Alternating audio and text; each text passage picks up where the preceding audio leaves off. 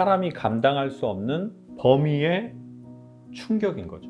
그게 한 번이었든 여러 번이었든 집만 땅만 건물만 빚만 상속해 주는 게 아니거든요. 그 언어도 상처도 상속이 되고 유전이 되거든요. 그러면서 얘네들이 커지면서 더 큰 문제가 생기겠네 라는 마음이 들더라고요. 아, 이거 해결해야 되는데.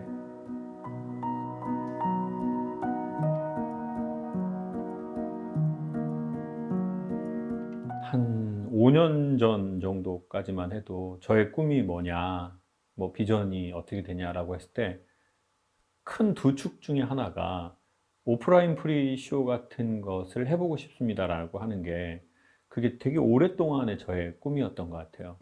어떤 롤 모델이었고. 당신에게 무슨 일이 있었나요?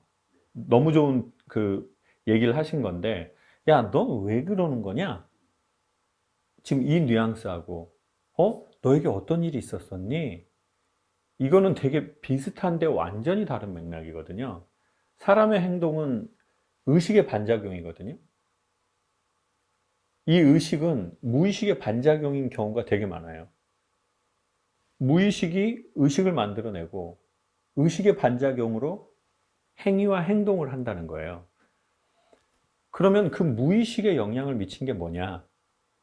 여기서 말하는 거는 좀 부정적인 결과를 나왔을 경우의 얘기인데, 그 무의식에 그 영향을 미친 거는 그거는 사람이 감당할 수 없는 범위의 충격인 거죠.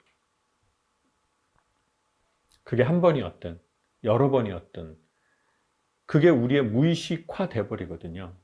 그러니까 그 맨 근본의 얘기를 묻는 거죠. 그러니까 행동을 말하는 게 아니에요. 야, 너 왜 그따구로 행동을 해? 어? 이렇게 말하는 게 아니라 너에게 어떤 일이 있었구나. 그게 너의 무의식에 영향을 줬고 그 무의식은 너의 의식에 영향을 주고 그 의식은 너의 말과 행동과 관계 맺는 모든 방식에 영향을 준 거구나. 이렇게 저는 해석해요. 근데 이런 생각은 들어요. 제가 서울 왔을 때 상대적으로 형하고 누나들에게, 형하고 누나는 그렇게 생각하지 않았을 수도 있지만 저는 제가 원하는 만큼의 케어는 못 받은 것 같아요. 그래서 누군가가 저한테 그런 얘기를 하는 거예요. 야, 그러니까 너 흔히 말해서 잘 된 거야. 너 전폭적인 지원하고 해줬으면 너 그런 강연 안 나와. 근데 저는 그렇게 말하는 것이 그게 좋지 않은 것 같아요. 오히려 야, 그렇게 그럼에도 불구하고 네가 지금의 모습으로 살아갈 수 있다는 게 너 얼마나 애썼니? 저는 사람들에게 그렇게 말해줬으면 좋겠어요. 야, 너의 결핍 때문에 네가 지금 이렇게 된 거야. 결핍은 선물이야.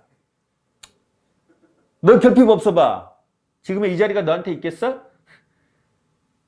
이렇게 말하는 것은 의도치 않은 상처를 또다시 그 사람에게 주는 것이다. 그래서 이 책의 제목처럼 당신에게 무슨 일이 있었나요? 너 얼마나 힘들었어? 내가 알지 못하지만 너 되게 힘들었었던 일이 있었던 것 같아. 이제 그 시선은 실질적인 온도이자 햇빛이거든요. 그래서 이제 그거는 나중에 본인이 고백해야 좋은 것 같아요. 아, 돌아보니 그때 저의 결핍이 제 인생에 너무 귀중한 자산이자 선물이 된 것 같습니다. 이건 자기 고백적. 근데 그걸 누군가에게 강요하거나, 야, 너 결국 고난이 선물이야. 그리고 자기 스스로도 내 마음의 상태가 그렇게 안 됐는데, 야, 고난이 선물이라고 생각하자. 이건 너무 억지로 이렇게 하는 거는 저는, 그때는 오히려 이 책 말대로, 야, 너에게 어떤 일이 있었어. 아우, 너무 힘들었을 텐데. 그 논조로 이 제목처럼 바라봐 주다가 결국 나중에 내가 고백하게 되는 말. 저에게 있어서 가장 큰 그거는, 그러니까 전에 언젠가 어떤 기자분이 그런 말을, 질문을 하셨어요. 이렇게 열정적으로 활동하고 살아가는데 어떤 이유로 이렇게 열정적으로 살아가느냐, 강의를 하고.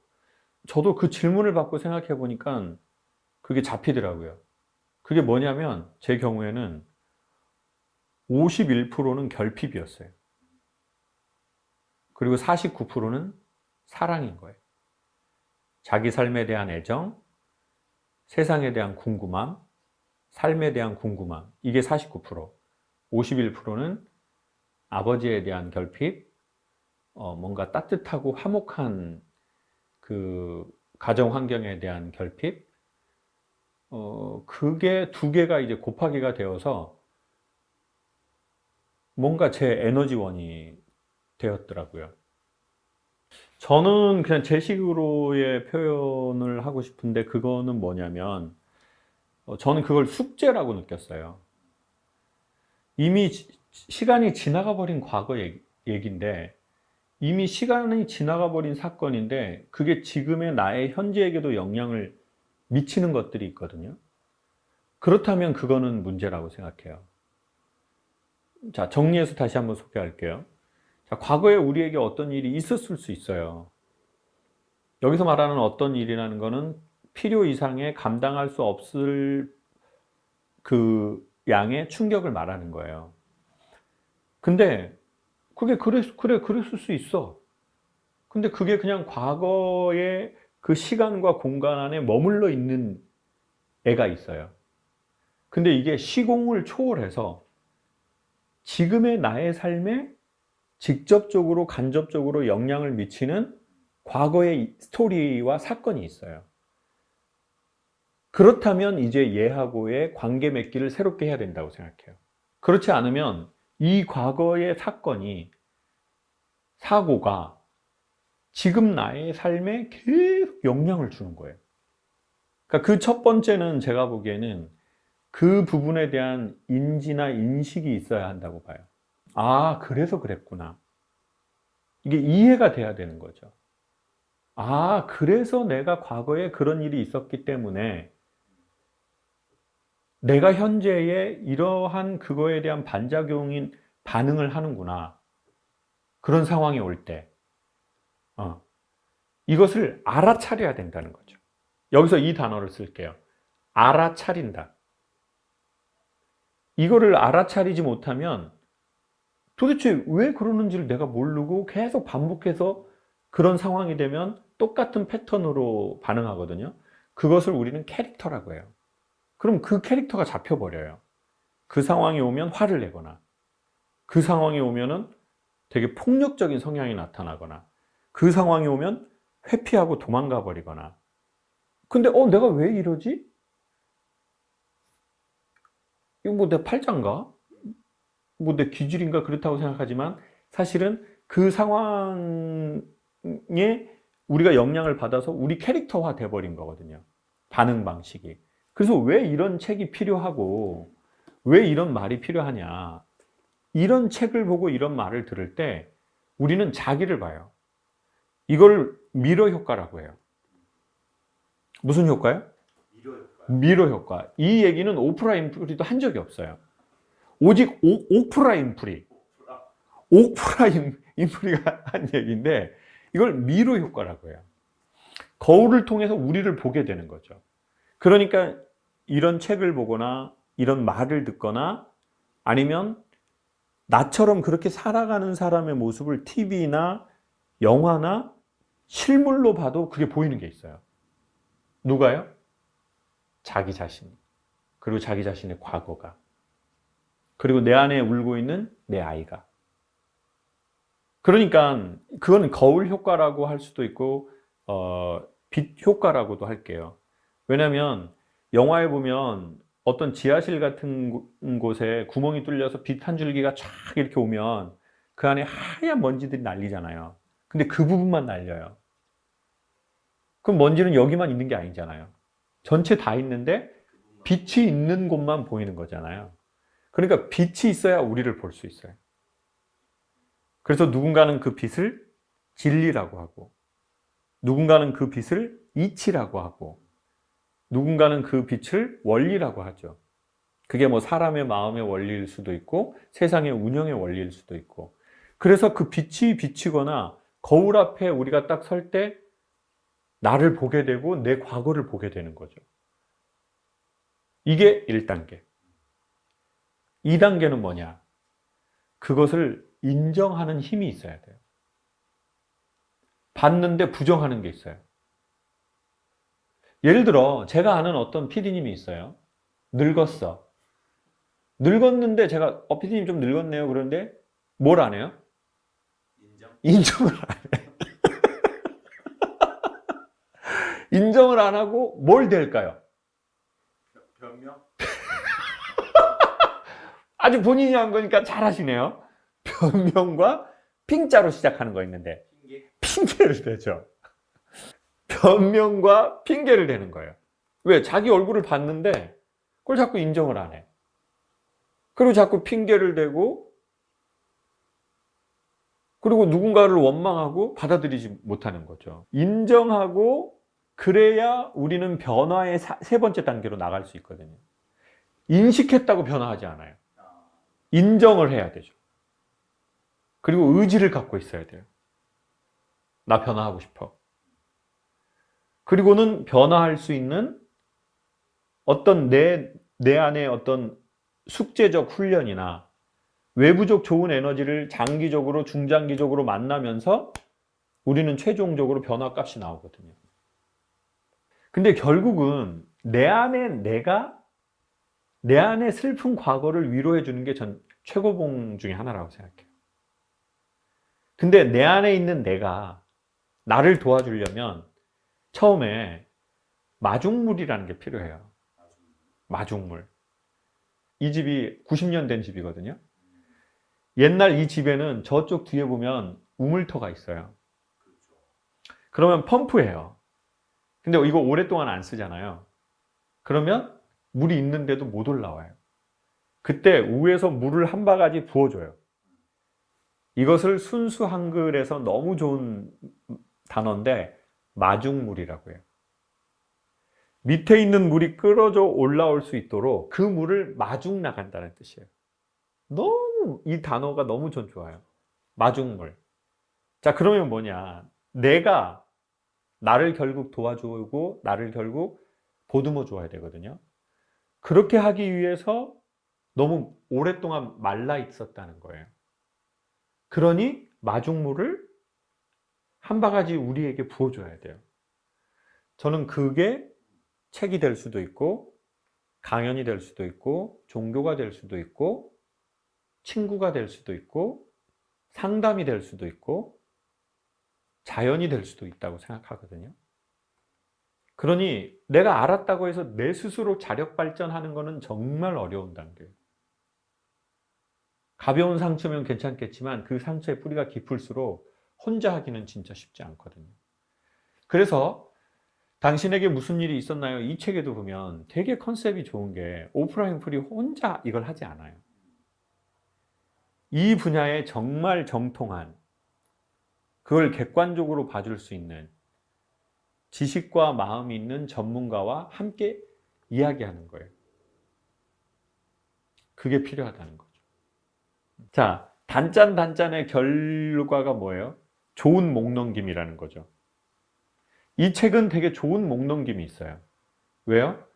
너무 학문적인 이 내용들은요, 뻑뻑해서 못 먹어요. 아주 소수의 매니아만 먹을 수 있어요. 근데 너무 그냥 실화적인 일상만 얘기를 하면 약간 조금 기름기가 너무 많은 느낌인데 이 책에는 그 단백질과 지방이 아주 적절하게 마블링 되어 있는 책이라고 봐야죠. 이 책에 마지막으로 제가 그 말씀을 드리고 싶어요. 결국 화해에 대한 것을 되게 중요하게 말하거든요, 책에서. 저는 그걸 숙제라는 단어로 몇 년 전부터 감지한 것 같아요. 왜냐하면 저하고 아버지하고의 관계에 문제가 있으니까 그게 상속되고 유전되는 걸 발견한 거예요. 집만, 땅만, 건물만, 빚만 상속해 주는 게 아니거든요. 그 언어도 상처도 상속이 되고 유전이 되거든요. 그러면 그게 저는 어떻게 나타났냐면 아버지하고의 관계 그것이 저의 아이들과의 관계에서 나타나더라고요. 특별히 남자아이들하고. 네. 그러면서 얘네들이 커지면서 더 큰 문제가 생기겠네 라는 마음이 들더라고요. 그리고는 이거 해결해야 되는데 좀 그렇게 다급해지는 때가 있었어요. 되게 부끄러운 일이죠. 애들을 사랑해야지 이런 마음으로 시작한 게 아니라 이렇게 하면 문제가 커질 것 같은데 난 참 모자라고 부족한, 아빠라는 말도 어색하고 부족한 사람인데, 야, 이걸 어떡하지? 그러면서 아버지 작년 11월 25일 날 돌아가셨는데, 우연과 운명과 의도함, 이게 섞여서 아버지하고 이제 숙제를 하나씩 하기 시작했어요. 그게 이제 원래 유튜브로 하려고 했던 그 아버지 수술하는 걸 찍는 영화 들리나요? 나온 것도 그랬고, 그리고 이제 아버지가 코로나 기간 안에 병원에 계셨었는데, 이제 사태가 안 좋아지니까 마지막으로 특별히 가족들 돌아가면서 하루씩 자게 해주더라고요. 병원에서. 이 책에도 되게 비슷한 상황들이 나와요. 어머니하고. 이제 두렵죠. 어색하죠. 그리고 그날은 아버지가 호수를 막 빼버리기 시작하니까 병원에서 아버지의 손, 발을 묶어놓은 상황이었어요. 그러니까 이미 다른 형제들이 갔는데 단체 카톡방에 그 난리난 상황들을 계속 이렇게 공유하는 상황이었어요. 솔직히 막 가고 싶지 않더라고요. 두려워요. 어색해요. 근데 그때 이런 마음이 드는 거예요. 이번이 마지막일지 몰라. 병원에서도 그러고 형제들도 그러는 거예요. 창호가 아버지 이번이 마지막일 것 같아. 그래서 이 단어 정말 중요합니다. 두렵다, 어색하다. 근데 두려움과 어색함을 이기는 방법은 마주치는 것밖에 없다고 그랬거든요. 두려움은 매우 잘 그려진 무서운 그림 같다고 했어요. 언제 없어지냐면 그 그림 앞에 지나갈 때, 아, 이건 그림이네. 그때 알거든요. 그러니까 마주치는 수밖에 없어요. 그래야 사라지지, 내가 아무리 도망가도 귀신처럼 날 쫓아와요. 그래서 아버지랑 어색하지만 정말 어떤 일이 막 일어날지 모르겠지만 이제 같이 자게 됐어요. 6인실에 계셨거든요. 코로나라서 병실이 아예 없는 거예요. 근데 보호자 침대는 또 없는 거예요. 네, 그냥 땅바닥인 거예요. 아버지는 침대에 묶여 있고 저는 땅바닥에 밤새 있는데 아버지가 6번을 깨시더라고요. 이걸 풀으시려고. 그리고 집에 가시겠다는 거예요. 근데 이제 아버지 잠깐 아버지 안 됩니다 하고 이제 눕고 그 사이에 이런 생각이 나는 거예요. 아버지하고 둘이 잡은 게 내 50년 만에 오늘이 처음이고 오늘이 마지막이 되겠구나. 뭐 그렇게 세상을 산다고 어떻게 친아버지와 둘이 같이 잡은 게 오늘이 처음이자 오늘이 마지막일까? 그리고 이런 모습으로. 그리고 그나마 이런 모습이었기 때문에 내가 아버지랑 둘이 자네. 만약에 아버지가 그냥 건강하셨으면 어쩌면 아버지 돌아가시는 그날까지 아버지랑 둘이 잘 일은 또 아예 없었겠네. 여러 가지 생각이 들더라고요. 그리고는 이제 쪽지로 아버지하고 글을 저희가 나누는 건데 그걸 이제 핸드폰이 요즘에 있으니까 찍었어요. 그리고 이제 그게 마지막 사진이 됐죠. 아버지하고 둘이 이렇게 셀카 찍은 게 이제 거의 뭐 없었으니까. 그리고는 아버지 돌아가시고 보통 아버지 돌아가시면 장례 다 치르고 추모공원에 모시고 집에 와서 뭘 하냐면 가족 앨범들을 봐요. 근데 이제 한 번도 못 본 아버지 사진이 여러 장이 나오는 거예요. 다 단 한 번도 못 본 아버지 젊었을 때 사진. 그리고 더 그런 게 아버지하고 나하고 둘이 찍은 사진이 단 한 장도 없는 거예요. 단 한 장도. 그러면서 그날 병원에서 셀카 찍길 잘했구나. 뭔가 마주친 것 같아요. 그리고 어색하게나마 제 숙제를 한 것 같아요. 여기에서 말하는 숙제는 오프라 윈프리도 계속해서 말해요. 완성하라는 게 아니거든요. 마주치라는 거예요. 직면해봐라. 대면해봐라. 완성해라. 마스터해라. 문제를 해결해라. 용서해라. 사랑해라. 전 이렇게 말하고 싶지 않고요. 책의 논조도 그거예요. 만나봐라. 용기를 내서 대면해봐라. 그러므로 트라우마의 오래된 강을 끊어라. 전 근데 그게 100%는 아니지만 꽤나 많이 된 것 같아요. 예전엔 아버지 생각만 하면, 그러니까 아버지라는 단어만 떠올려도 뭔가 이렇게 통제할 수 없는 눈물이 나고 막 감정 상태가 막 이렇게 쑥 들어가는 게 있었거든요. 지금은 그게 상당히 많이 사라진 것 같아요. 그러니까 그게 아이들하고의 관계에서 반작용으로 결과가 나오더라고요. 저 스스로에게도 그렇고. 그래서 마지막으로 다시 한번 이 책을 소개합니다. 혹여나 난 지금 그 과거로부터 시간이, 공간이 꽤나 많이 떨어져 나왔는데 내가 그 과거의 영향을 받고 있다고 느끼시거나, 아니면은 난 내 이성적으로는 이해할 수 없는 영향을 내가 자꾸 받는데, 아니면 또 이럴 수가 있어요. 난 아닌데 자꾸 주변이 나보고 그렇대.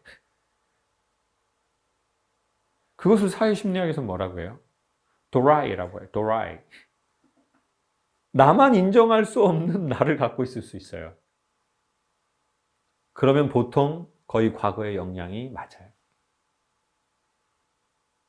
그러니 너무 나를 믿지 마시고 가끔은 거울을 한번 보고 사람들의 얘기도 열린 마음으로 들어보고, 내가 정말 그러한가?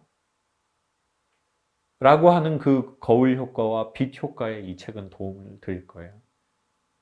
그래서 저는 우리의 사연이 우리의 소명으로 긍정적으로 나아가길 바라겠습니다. 상처는 파이는 거잖아요. 저 이거 상처 있거든요. 아까 뭐 이렇게 날르다가 이게 패였어요. 근데 상처는 땅이 이렇게 확 파진 거잖아요. 우리의 마음이 파진 거거든요. 근데 거기에 물이 들어오잖아요. 그러면 저수지가 되기도 하고 강이 되기도 하고 심지어는 바다가 되기도 해요. 저는 우리의 상처의 그 부위가 강이 되고 저수지가 되고 바다가 되고 그랬으면 좋겠어요. 그래서 많은 생명들이 일어나는 그곳이 우리의 상처의 그 파여진 곳이 되기를 바라고, 이 책은 그 일에 적지 않은 도움을 드릴 거라고 확실합니다. 감사합니다. 마지막으로 저 책의 저자 네. 오프라 윈프리를 김창옥 TV, 김창옥 쇼에 좀 초대한다면, 섭외한다면 제가요? 첫 번째 질문이 뭐가 될 것 같아요? 일단 영어를 잘해야 질문을 하는데 그런 말이 있습니다. 즐기려면 배우고 익혀라. 한국말을 할 수 있다고 해서 소통을 다 잘하는 게 아니죠.